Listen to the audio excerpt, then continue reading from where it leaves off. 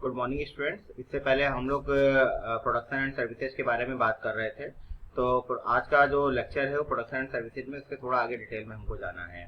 तो सबसे पहले थोड़ा सा हम रिवीजन ले लेते हैं। जैसे हमने 3 टाइप की प्रोडक्शन सर्विसेज की बात करी थी, primary production, secondary production and tertiary production. Primary production में हमने क्या बात करी थी? Physical facility for nurturing and production of body, जैसे फूड है, क्लॉथ है, शेल्टर है, इसके लिए जो प्रोडक्शन होते हैं ये आपके प्राइमरी प्रोडक्शन में आते हैं। सेकेंडरी प्रोडक्शन में क्या आते हैं? आपके फूड, क्लॉथ, शेल्टर को डेवलप करने के लिए या इनको प्राइमरी प्रोडक्शन सर्विसेज के लिए जिन इंस्ट्रूमेंट्स का हम यूज करते हैं वो सारी की सारी सर्विसेज आपकी सेकेंडरी प्रोडक्शन में आती हैं। अगर हम टर्टरी प्रोडक्शन की बात करते हैं तो वहाँ पे आपका आपने जो प्राइमरी और सेकेंडरी के लिए जो आपने डिजाइनिंग, जो कोडिंग, जो सॉफ्टवेयर, जो इंस्ट्रूमेंट्स जो आपने यूज किए हैं वो सारी की सारी चीजें आपकी टर्टरी प्रोडक्शन में आती है। अब इसके आगे हम बात करते हैं। अब हम लोग चल रहे थे हाउ टू प्रोड्यूस पे। हाउ टू प्रोड्यूस पे हमने आपको बताया था 4 इंपॉर्टेंट पॉइंट यहाँ पे बात हुई थी कि जो प्रोडक्शन प्रोसेस होना चाहिए वो म्यूचुअली एनरिचिंग होना चाहिए या साइक्लिक प्रोसेस होना चाहिए जो नेचर में अपने आप खुल जाए। अब रेट ऑफ प्रोडक्शन और कंजम्पशन भी आपका इस तरीके से होना चाहिए कि जितना आपका प्रोडक्शन हो रहा है उतना आपका कंजम्पशन भी होता रहे, या फिर जितना कंजम्पशन है उससे कुछ ज्यादा आपका प्रोडक्शन होता रहे। आपका rate of consumption rate of production से ज्यादा नहीं होना चाहिए। Mutually enriching process, cyclic process of by product. By product में कौन से प्रोडक्ट आते हैं? जैसे आप ये कह सकते हैं शुगर मिल में अगर शुगर बनती है तो वहां पे शुगर के अलावा आपका और भी कुछ रॉ मटेरियल तैयार होते हैं जिनको हम अपनी लाइफ में यूज करते हैं, तो वो बाई प्रोडक्ट, इस टाइप के प्रोडक्ट बाई प्रोडक्ट कहलाते हैं। वैसे बहुत से प्रोडक्शन प्रोसेस हैं जहाँ पे बाई प्रोडक्ट निकलते हैं जिनको कि हम यूज कर सकते हैं। तो आप जो बाई प्रोडक्ट आ रहे हैं उनको अगर आप यूज नहीं करेंगे तो वो नेचर के लिए हार्मफुल होंगे। तो आपका बाई प्रोडक्ट का भी साइक्लिक प्रोसेस होना चाहिए, या बाई प्रोडक्ट ऐसे होने चाहिए जिनको आप साइक्लिक प्रोसेस के थ्रू यूज करें।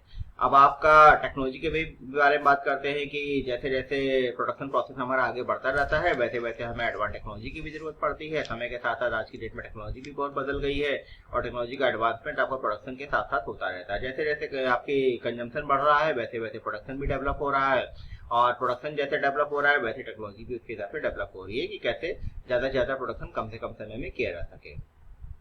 हमने यहाँ पे बात करी थी साइक्लिक प्रोसेस की। तो साइक्लिक प्रोसेस में जैसे केवल प्लांट और सॉइल वाटर एयर की बात करते हैं तो प्लांट और सॉइल वाटर एयर जैसे कि आप लोग जानते हैं कि एक दूसरे में मिल जाता है। अगर हम प्लांट की बात करते हैं, प्लांट जब आपका खराब होता है या फिर डेड होता है तो वो अपने आप सॉइल में मिक्सअप हो जाता है।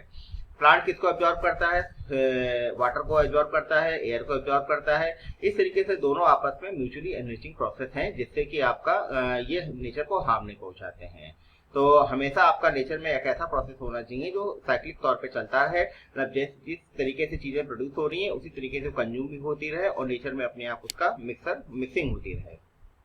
अब अगर हम यहाँ पे और बात करते हैं एनिमल बर्ड की, तो एनिमल बर्ड भी इस प्रोसेस में इस तरीके से सेटल हो जाते हैं कि आपका अपने आप ये एक म्यूचुअली एनरिचिंग प्रोसेस या म्यूचुअली एनरिचिंग साइकिल बन जाती है। क्योंकि कुछ एनिमल्स, कुछ बर्ड्स आपके प्लांट को कंज्यूम करते हैं, फिर वो जो वेस्ट करते हैं वो आपका अपने आप वाटर में मिक्सअप हो जाता है जो खाद के रूप में बनता है, जो आगे फिर फर्दर ह्यूमन बीइंग के काम आता है।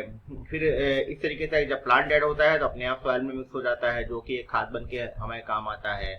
वाटर और एयर को प्लांट कंज्यूम करते हैं, वाटर और एयर को एनिमल एंड बर्ड्स कंज्यूम करते हैं। इसी के एक साइक्लिक प्रोसेस ऐसा है, इससे अपने आप कंजम्पशन प्रोसेस चलता रहता है।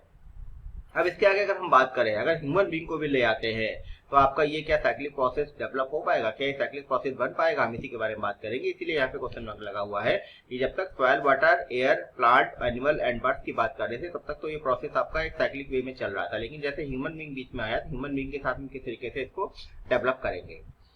तो आपका इसको डेवलप करने के लिए यहाँ पे हमने इसमें देखिए अब टिक मार्क लगा हुआ है। टिक मार्क लगने का मतलब है अगर हम नेचर के साथ, नेचर का मतलब क्या हुआ? आपका उसमें एनिमल बर्ड्स भी आ जाएगा, प्लांट भी आ जाएगा, सॉइल, वाटर, एयर भी आ जाएगा। अगर हम नेचर के साथ म्यूचुअल फुलफिलमेंट में इस तरीके से रहते हैं कि जो हमारा प्रोडक्शन प्रोसेस है वो साइक्लिक नेचर में होता है, साइक्लिक वे में होता है कि वो उससे सॉइल, वाटर, एयर भी ज्यादा कंज्यूम ना हो, एनिमल्स एंड बर्ड्स को हार्म ना पहुंचे, प्लांट्स को हार्म ना पहुंचे, तो आपका ह्यूमन बीइंग अगर इस तरीके का म्यूचुअल एनरिचमेंट प्रोसेस डेवलप करता है जिससे कि हम आपका एक रेस्ट ऑफ द नेचर के साथ म्यूचुअल फुलफिलमेंट में रहते हैं, उस केस में ये क्या हो जाएगा? क्वेश्चन मार्क को हम किस में बदल देंगे? टिक मार्क में बदल देंगे कि आप इस नेचुरल प्रोसेस में ह्यूमन बीइंग भी आ गया, लेकिन तब आएगा जब वो म्यूचुअल फुलफिलमेंट के साथ नेचर के साथ रहेगा। नेचर में ये सारी चीजें आएंगी। तो जब हम नेचर के साथ रहने के लिए जाते हैं तो वहां पे हमको ये देखना पड़ता है कि एनिमल एंड बर्ड्स को हमारी क्या रिक्वायरमेंट है, सॉइल, वाटर, एयर के लिए हमारी क्या रिक्वायरमेंट है। जैसे वाटर की बात करते हैं, वाटर जमीन के अंदर से हमको मिलता है। अब जमीन के अंदर वाटर लेवल हमको पता है कम होता जा रहा है क्योंकि उसका कंजम्पशन हम ज्यादा कर रहे हैं। आप कंजम्पशन ज्यादा कर रहे हैं तो साथ साथ में वाटर रिचार्ज भी होना चाहिए, बारिश का पानी रिचार्ज होना चाहिए। लेकिन बारिश का पानी रिचार्ज क्यों नहीं हो रहा? क्योंकि प्लांट कम होते जा रहे हैं, क्योंकि प्लांट के जो रूट्स होते हैं उन्हीं के थ्रू वाटर रिचार्जिंग होती है। नेचुरल प्रोसेस को हमने कहीं ना कहीं हार्म पहुंचाया है, जिसकी वजह से वाटर लेवल डाउन होता जा रहा है, वाटर का कंजम्पशन हम बढ़ाते जा रहे हैं। तो क्या आपका साइक्लिक प्रोसेस में आएगा? नहीं आएगा। हम नेचुरल अगर वहीं पे हम ये क्या करते हैं, प्लांट्स ज्यादा से ज्यादा लगाते हैं तो उससे क्या होगा, आपका जो बरसात का पानी है, जो नेचुरल वाटर है, वो अपने आप जमीन में रिचार्ज होगा, वाटर लेवल बढ़ता जाएगा। अपना कंजम्पशन थोड़ा हमको कम करना पड़ेगा, जिससे जो इससे पहले हम जो कंज्यूम कर चुके हैं उसको हम उस लेवल तक ला सके। अगर हम ये काम करते हैं तब तो ये टिक मार्क में आएगा, अदरवाइज ये टिक मार्क में नहीं आएगा, क्योंकि उस केस में ह्यूमन बीइंग आपका रेस्ट ऑफ द नेचर के साथ म्यूचुअल फुलफिलमेंट में नहीं रह रहा है।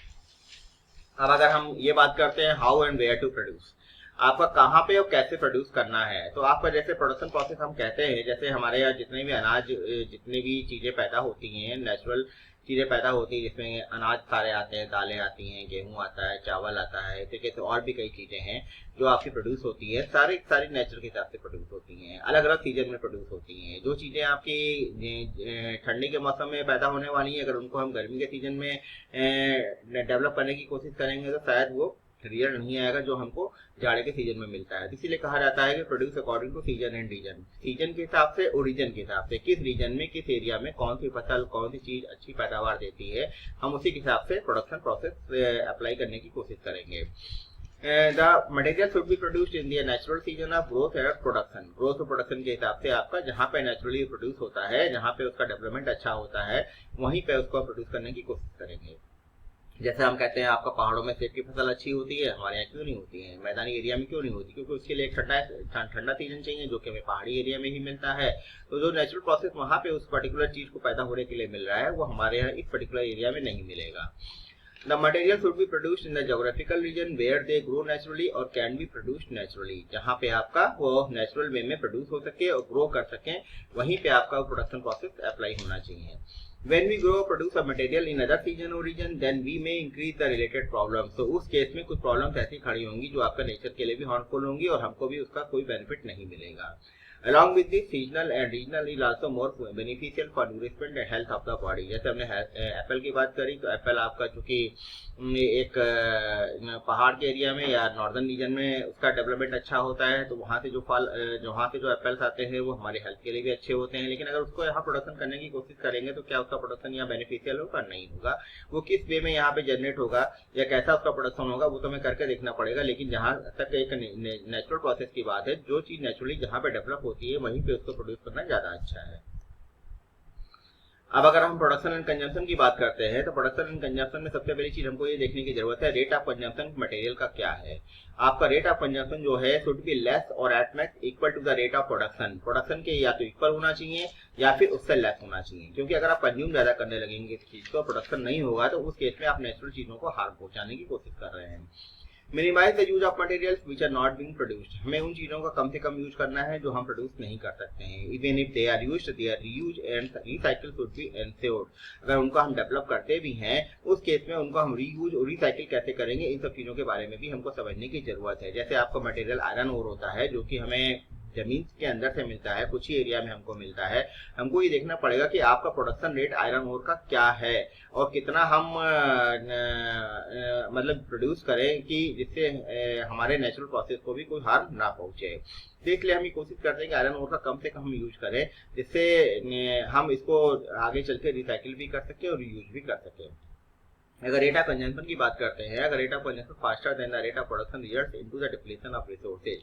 अगर सपोज दैट आयरन ओर जितना आपका प्रोडक्शन नहीं हो रहा उससे ज्यादा आपको कंज्यूम करने लगेंगे, तो उस केस में क्या होगा, रिसोर्सेज को आप अननेसेसरी यूज कर रहे हैं या अननेसेसरी उसको हार्म पहुंचा रहे हैं। रिसोर्स डिप्लीशन के केस में क्या होता है आपका, उस केस में जब रिसोर्स आप प्रोडक्शन से ज्यादा रेट से आप कंज्यूम करने लगते हैं, रिसोर्सेज का जब प्रोडक्शन से ज्यादा रेट से कंज्यूम करने लगते हैं, तो उस केस में हम रिसोर्सेज को कहते हैं कि रिसोर्स डिप्लीशन हो रहा है।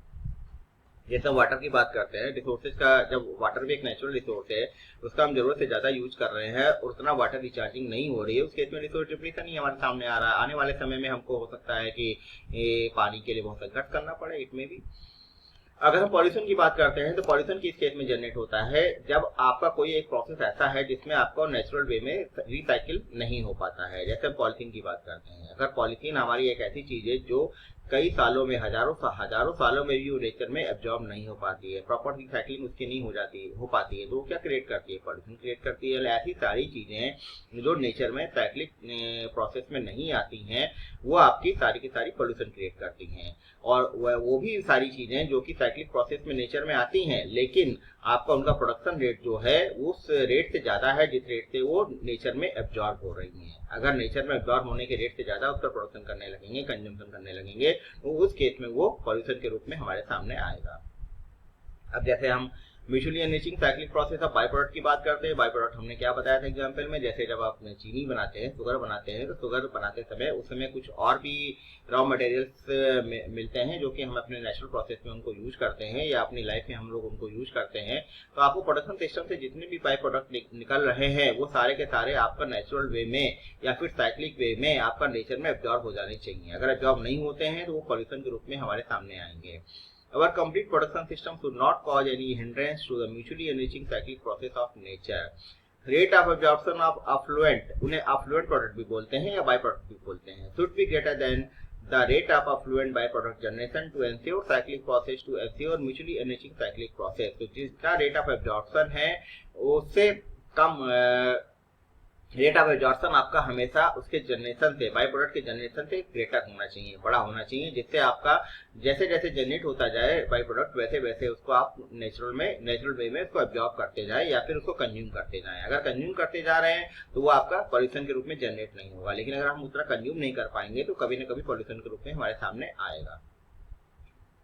अगर हम टेक्नोलॉजी की बात करते हैं तो एक्सपेरिमेंट तो आपका समय के साथ साथ जैसे जैसे प्रोडक्शन प्रोसेस हमारा आगे बढ़ता रहता है वैसे वैसे टेक्नोलॉजी को भी हमको डेवलप करने की जरूरत होती है। अब टेक्नोलॉजी को डेवलप करने के लिए हम ये भी देखते हैं कि हमें किन किन फिजिकल फैसिलिटीज की कितनी रिक्वायरमेंट है, और जितनी रिक्वायरमेंट है उसके हिसाब से उसको प्रोड्यूस करने के लिए हम नई नई टेक्नोलॉजी को डेवलप करते जाते हैं।